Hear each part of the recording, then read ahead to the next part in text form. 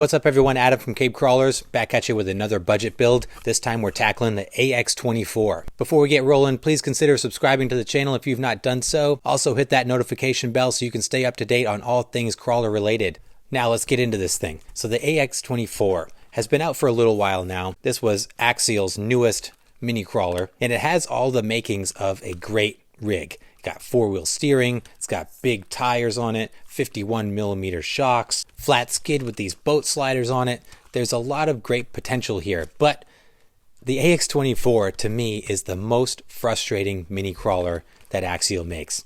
I just cannot seem to get this thing sorted out, and in stock form really gave me fits. Now I know a lot of people really enjoy the AX24, and with some modifications it can definitely be really capable. But many people don't want to throw hundreds and hundreds and hundreds of dollars into their build to make it manageable. So in this video, we're going to see what we can do with $100. Typically, I would buy a rig and do a $250 budget, rig included. But in this case, we're going to take my son Axel's build. This is his totally stock AX24.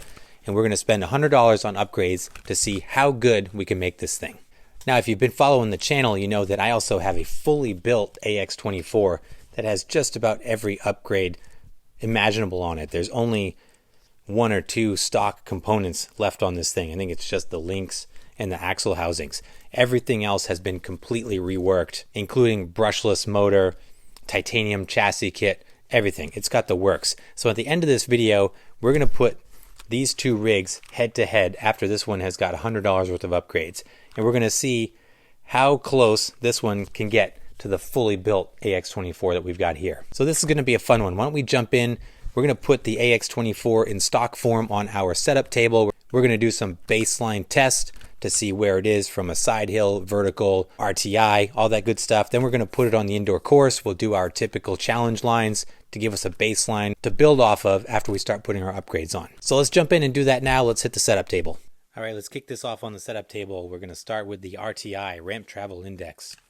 I expect this thing to do pretty good on this due to the articulation that it has in stock form.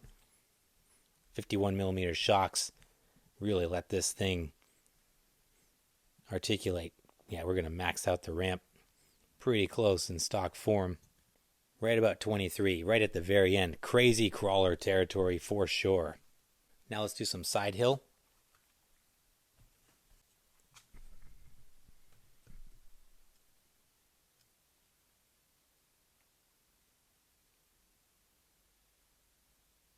It's 40, 45, oh, 45. Now let's do some vertical.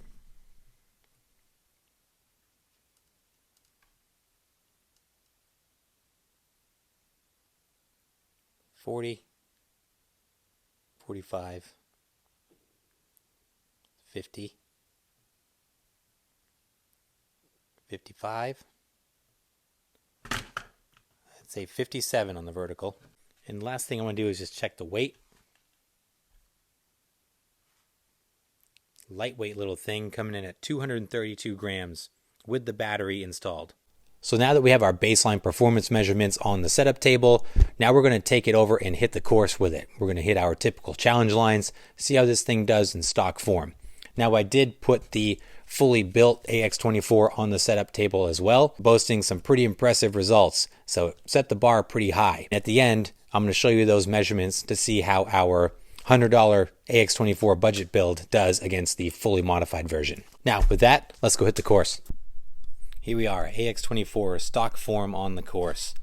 Now along the way, I'm going to be telling you about some of the things that I'm going to try to fix with this build. Some of the issues that I always have and want to address right off the bat. One of the first things is that really high-pitched whiny ESC. Unfortunately, we are not going to be able to fix that one with our $100 budget.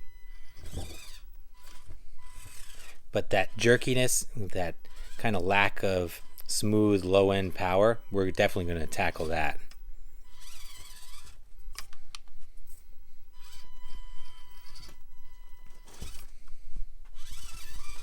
The thing definitely has potential. I'm going to try not to be super hard on it because I know that it does have the potential in there. We just got to unlock it.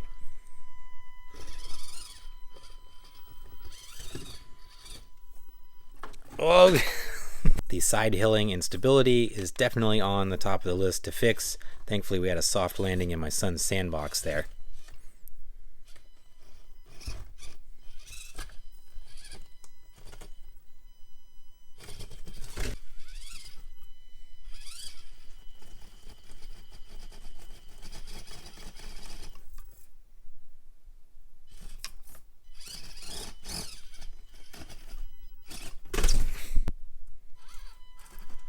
I swear I'm not doing this on purpose.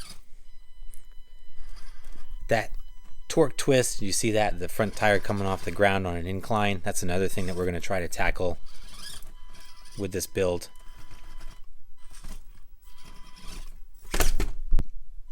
One more try here. So the rule is 3 attempts on an obstacle. I think I might have even given this one even more. I'm not sure if I've ever seen a stock build fail to make it up the canyon in the 3 attempts allotted. So we have got some room to go here.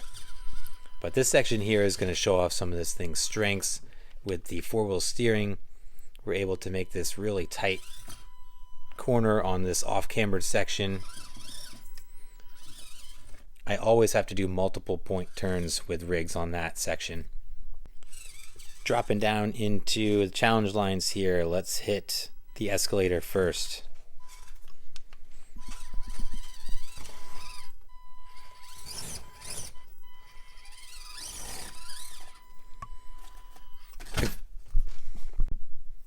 I was just about to say it had already impressed me getting through the gatekeeper there as easy as it did. I did it again consistently, that's good.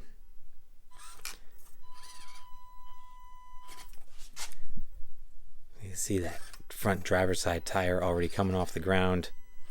It just wants to topple over backwards. And I don't have the slow crawl control I need to creep this thing and keep the front end down. I think we're going to make this line though. We're going to. I'm impressed.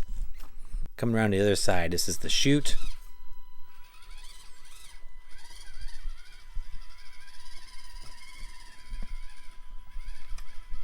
All right, 2 out of 3. Did the chute with no drama. And finally, Hell's Gate here. Giving us a salute, giving us the wave to send it off.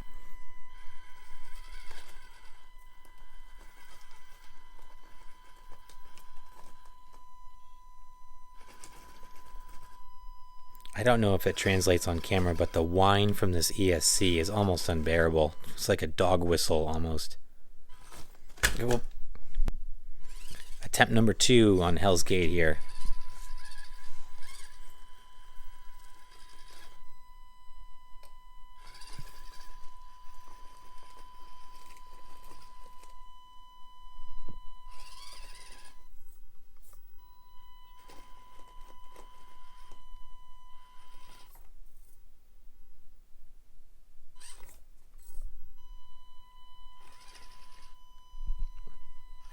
So close.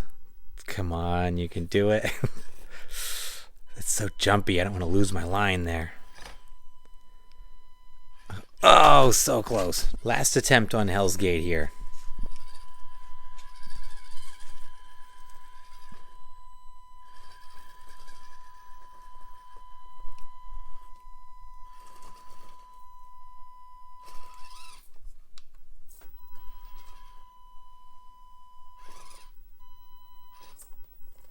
I'm going off the edge. If I can save it. Oh, jeez. Hang on. Those big tires do give it a lot of clearance to get up over that nasty spot right there that hangs up a lot of rigs.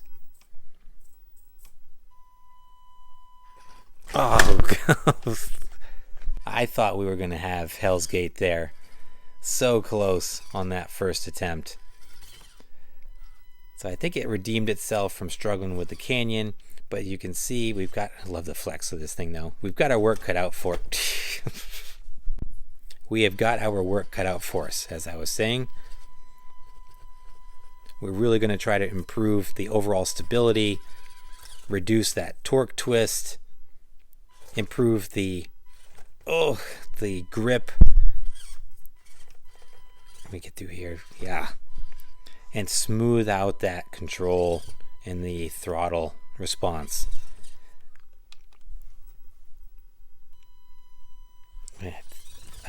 I do love watching this thing articulate and run around.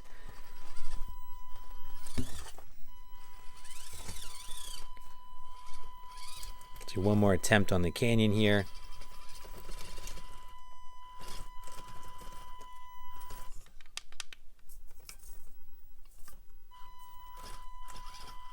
There we go. We made that one. The crab walk saved it. And that four-wheel steer is so nice in tight sections like on this indoor course. All right, cool. So let's hit the table. We're going to check out our upgrades. I'm going to show you what I got, and then we'll get to modifying this thing. Revisit the course when it's all said and done to see what we made for gains. So let's go hit the bench. All right, my friends, got our upgrades here. I'm excited for this. Let's check out what we got. So before we get rolling here, I do want to say that I'm borrowing a lot of information from Matt over at 2FMRC, who put out an awesome budget build video on his AX24 a while back when these first came out. He had a bunch of great free tips to do to this thing that we're going to be doing as well. And some of the mods that he chose, I'm also going to be implementing in this video. So shout out to Matt. Great stuff over there. I highly encourage you to check out that video. But let's dive in and see what we got for upgrades here. First thing we have a pair of ramp crab servos. Now the stock servos on the AX24 are pretty weak. They seem to be holding up okay in our build now, but I'm just thinking when we start putting weight and putting tires and wheels and things on it, they're probably going to start to struggle. So I got a pair of these ramp crab servos. They are $14 a piece. So for the front and rear servos, we are $28. These come with the aluminum horn. I got the green, so they're going to match the build. But just know that this isn't a necessity. There is a way to strengthen up your stock servos, and I'll show you that as we kick off the installation. So you very well could save some money by hanging on to your stock servos a little more. Next, we got these OGRC competition pin tires. Now, I'm really excited for these tires.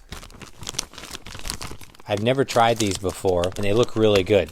So they're similar to the Endura comp pin tires, except they have kind of a staggered lug design on these. So the pins, rather than being a uniform pattern all the way across, they're staggered on either side of the tire.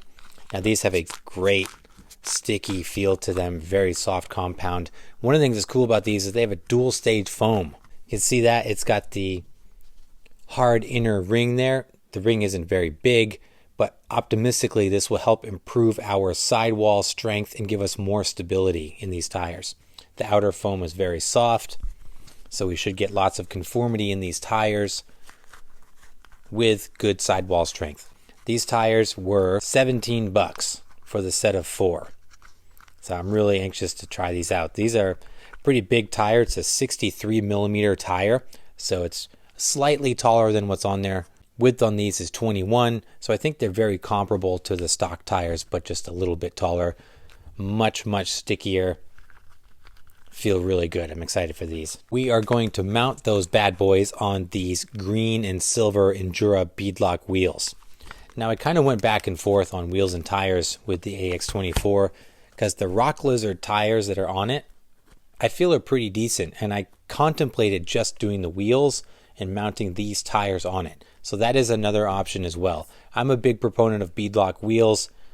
Not only do they give you a little extra weight down low, they just give you that extra layer of customization. And we want it to look cool. We want to have fun building it. It's not all about squeezing out performance, although that's primarily what we want to do, but we also want to make it a cool build. So the green beadlock wheels, I think, are going to look great on this build. I'm super excited to put them on. These were $22. Next up, found this brass kit on Amazon. This is from Hobby Park. I've used Hobby Park stuff before with decent success, but this is a cool kit. It's got a lot of stuff in it. Let's open this thing up. We've got brass wheel weights, hex extensions, brass knuckles, 2 brass diff covers, 2 sets of barrel nuts for our wheels after we put the extensions on. So this whole kit was $28 for the whole thing. Now I'm a little concerned about the knuckles, only because my budget build that I did on the SCX24, I discovered that the stock steering linkage screws do not play nicely with a lot of aftermarket brass parts. So I'm going to be very gentle with attempting to install these. We may have to skip the knuckles if I can't get the steering linkage to work. We'll see. For the motor, we got the Mofo Torque Beast 30. Again, I used this in our SCX24 budget build. Fantastic budget motor. Works great in a lightweight, lightly modified rig. It's a 30 size motor, same size as the stock motor, so we're not going to have any clearance issues inside the chassis. So optimistically, this should really transform our power delivery down low, right where we want it. So where are we from a budget perspective? All of this together, we came out at $105. So I blew the budget by $5, but that's okay. We'll make it up by having a couple less energy drinks this week. Now, I'm super excited for this, so let's jump in and start installing these things.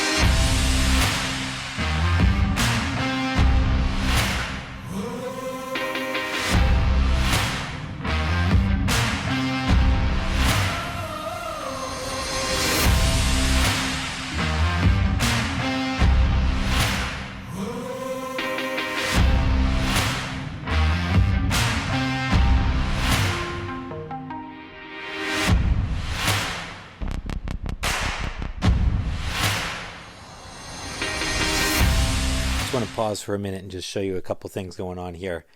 So, as I mentioned earlier, with the brass knuckles, the coarse thread screws that are in the stock SCX24 hardware will not work with the brass knuckles, but there is a workaround. So I would encourage you to get a hardware kit like this.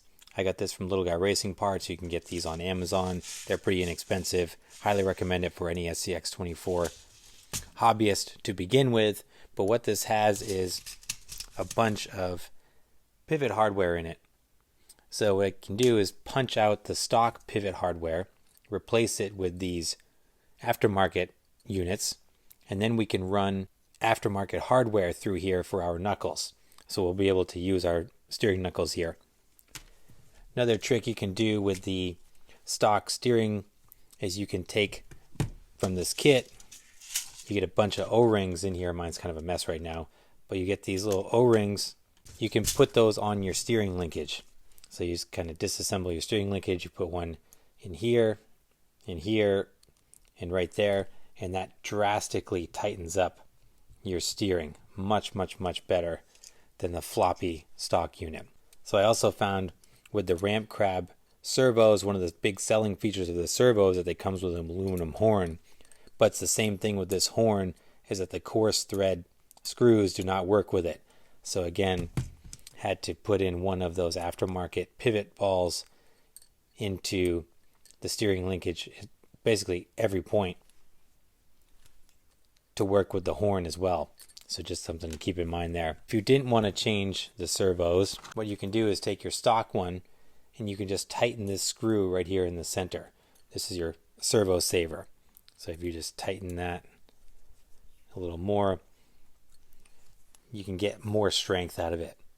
So if you wanted to keep your stock servos, you can do that. Just gently screw that in a little bit more and you can get a little more juice out of these stock servos. Also, installing aftermarket servos on this rig, you will have to notch out your servo tray here. And that's just because most of these aftermarket servos have the wire on the side and they are generally bigger. So I just notch out that section for the wire to sit in. Also I had to use a little bit longer screws. There is a bit of a gap there using the stock tray, but it's pretty solid. Doesn't feel like it's going anywhere. So that's one way you can squeeze in an aftermarket servo on your stock servo trays. Save some money there. All right, guys, here's our AX24 budget build all done. Got everything on. You know, I was a little skeptical if I was going to be able to use those knuckles or not, but ended up being able to get them on utilizing the pivot balls that I had in my hardware kit. So definitely recommend getting one of those kits. The wheels and tires, I love the wheel and tire combo. These tires are excellent. I'm really excited to run these things. I run this a little bit, but I'm anxious to get on the course and do our tests with it. The dual stage foam in here is really cool, so I'm optimistic that these are really going to help. They're super soft and grippy. I did vent the wheels.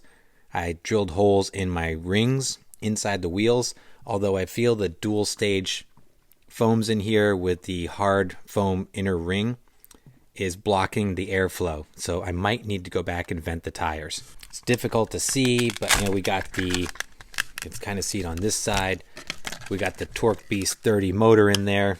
Very, very easy installation. So I ended up just taking the springs off of the front to help squat the front end more and bias the weight towards the front to hopefully keep us from flipping over as much as we were before. I put the diff covers, so it's got the brass diff cover in the front and in the back, the brass steering knuckles. I put the wheel weights in, so it came with these extensions / wheel weights. I put those in all 4 corners. The kit's cool because it gives you 4 of these and 4 of just the kind of barrel style hex extensions. I almost just put the wheel weights in the front and hex extensions in the back, but I opted to do the weights on all 4 corners. It felt like it had a decent enough front bias. I really need to get a 4-point scale. This is ridiculous. I need to pony up and do it. But anyway, just anecdotally, it felt like it was pretty heavy in the front. So I left it as is. I can always adjust that if I want because it comes with the kit. So it's pretty much ready to go. I think it looks fantastic. The green wheels with the green body, the green aluminum horns on the servos. I love how it looks. It's going to be super cool to see it out on the course and doing its thing. So let's get this on the setup table first, and then we'll hit the course with it. Okay, first test is the RTI, the Ramp Travel Index. This thing dominated this prior. We'll see how much we gain, if any, here. I'm expecting to gain a little just by virtue of the added reach provided by the wider track. So we can completely max this out. The RTI ramp is pretty much useless at this point. It can go all the way past the edge of the ramp. The back tires are still firmly planted on the ground. This thing's a flex beast right now. Now let's get into the side hill action. I'm really hoping to see some gains on the side hill and the vertical. Here we go.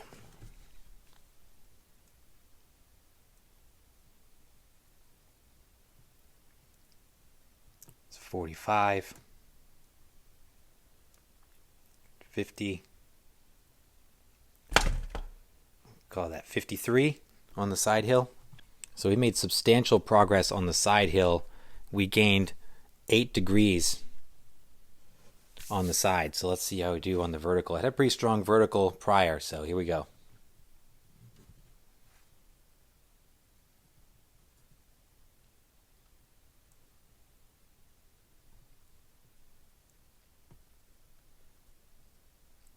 It's 50, 55. Whoa, abruptly just ejects itself at 59. Didn't gain much, hardly at all on the vertical. And our last measurement, let's weigh this thing. 362 grams. Upgraded AX24 on the course. Here we go. Now I want to preface by saying that the new motor and the things that we did to it did not do anything to improve the slow crawl. Maybe a little bit. But the upgrades that we did exposed a glaring weakness in this rig, and that is the ESC, which is when you start upgrading it, particularly when you put new servos on it, it really gets into binding issues. It feels like the rig itself mechanically is binding, but it's not. It's actually the ESC, and this really becomes apparent using the 4-wheel steering. It feels like something has bound up in it. It has virtually no power to get up and around and over obstacles. So I'm going to run it as is for now, and then I'm going to try putting the stock servos back in to see if that helps. We see, I mean, full throttle. No good. Again, very jumpy because it just feels completely bound up. Yeah, see, that is maxed right there.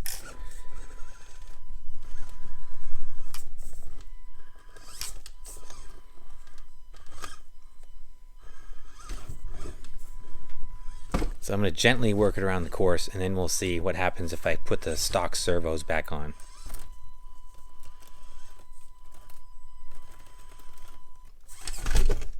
improved side hill did not save us there.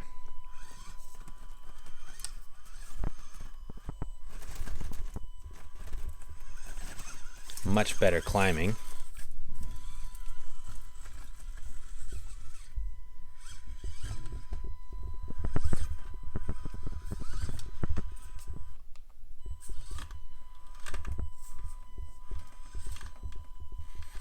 Yeah, it's just bound up solid there. Man, that's tough.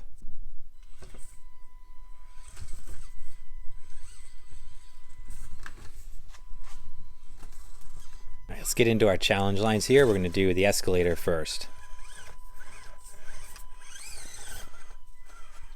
A good grab up over that gatekeeper.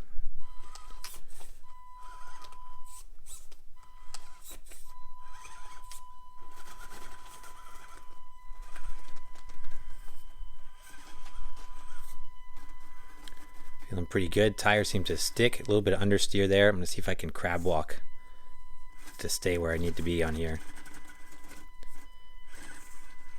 Oh yeah, there's the advantage of the four-wheel steer right there.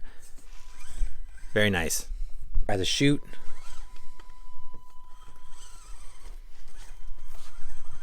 Still get the torque twist pretty severely. We weren't able to rectify that as much as I was hoping.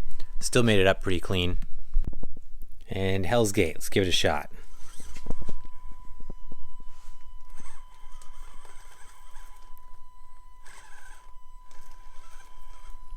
The jumpiness of the ESC under load is really killing me here.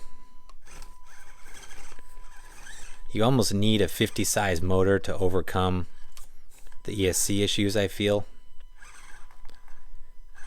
We still made it up pretty clean, all things considered. So here we are with stock servos. Let's see if this makes a difference.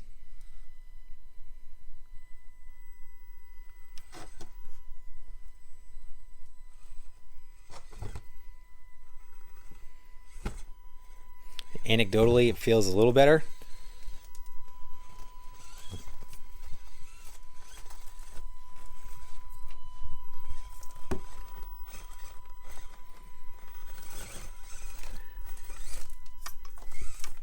Definitely feels like I'm able to utilize more power under steer.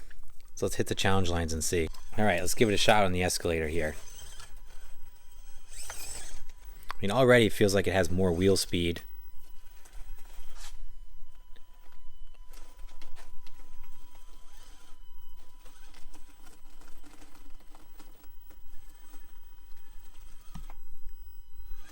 Nice clean run up the escalator.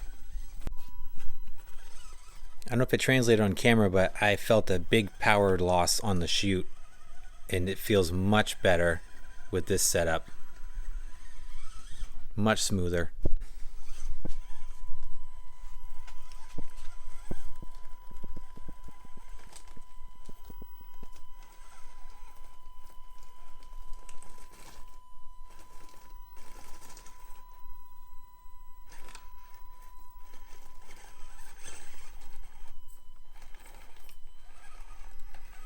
Yeah, way better, I gotta say. So I wonder if the aftermarket servos are just drawing too much power from the ESC and that's what's causing it, because it definitely is much more manageable with the stock servos. Still jumpy, as you can see. It lurches pretty severely, but it is much improved versus the aftermarket servos. So let's talk about the AX24 budget build.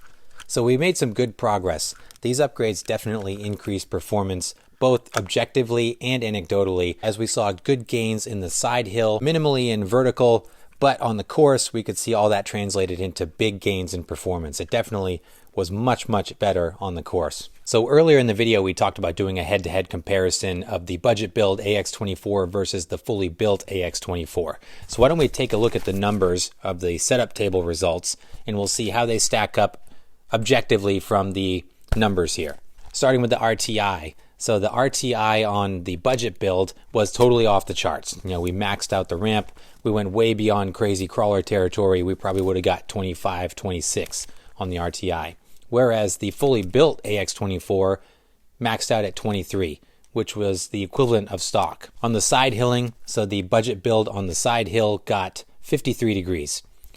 The fully built AX24 on the side hill got 56 degrees. So we got pretty close on the side hill between the two of these. Only 3 degrees separating the two. On the vertical, the budget build got 59 degrees. The fully built version gets 63 degrees. So pretty big advantage from the fully built AX24 on the vertical. And not that it has anything to do with performance necessarily, but the weight on the budget build was 362 grams. On the fully built version was 435 grams. Now on paper, those numbers don't sound like a lot, but when you see the fully modified version on the course doing its thing versus the budget build, there really isn't a comparison. I was hoping that we were going to have kind of a David versus Goliath story here, where the budget build could really get in the ring and throw some punches with the built version, but I don't think it's going to happen after doing some runs of them back to back. But regardless, we did make some good progress with the AX24 budget build. There are still some lingering frustrations, so if I was going to go back and do this again, I would not buy the servos.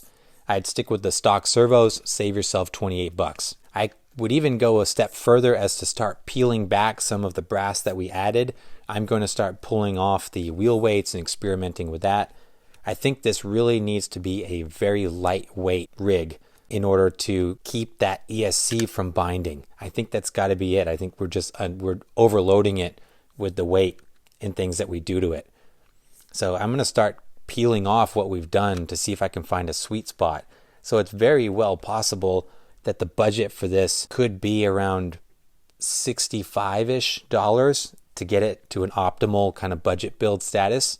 And then I would immediately start saving that extra cash and I would put it towards overhauling the electronics if you're serious about modifying it. Otherwise, I would leave it as close to stock as possible. But let me know your thoughts down below. What do you think of the budget build? I'm trying not to be too hard on it, but it just gets me so frustrated when we get to this point. We kind of open up Pandora's box and that ESC starts giving me fits. I get super frustrated with it. But all in all, we did make good gains. We did make good progress. It looks fantastic. Super fun rig to drive. Just got to find that optimal sweet spot. So if you've got suggestions on smoothing this thing out after you start modifying it, love to hear from you guys. If I'm overlooking something, I am open to any and all ideas on how to get this thing operating smoothly when you start adding some weight, some wheels and tires and things to it. Definitely want to hear your thoughts. I hope you enjoyed the budget build for the AX24. I appreciate your time. Thanks for hanging out and watching the video. Please like and subscribe if you haven't done so, and stay tuned as we continue the budget build series. The FCX24 will be coming next, and that'll be right around the corner. So stay tuned for that, and I will see you in the next video.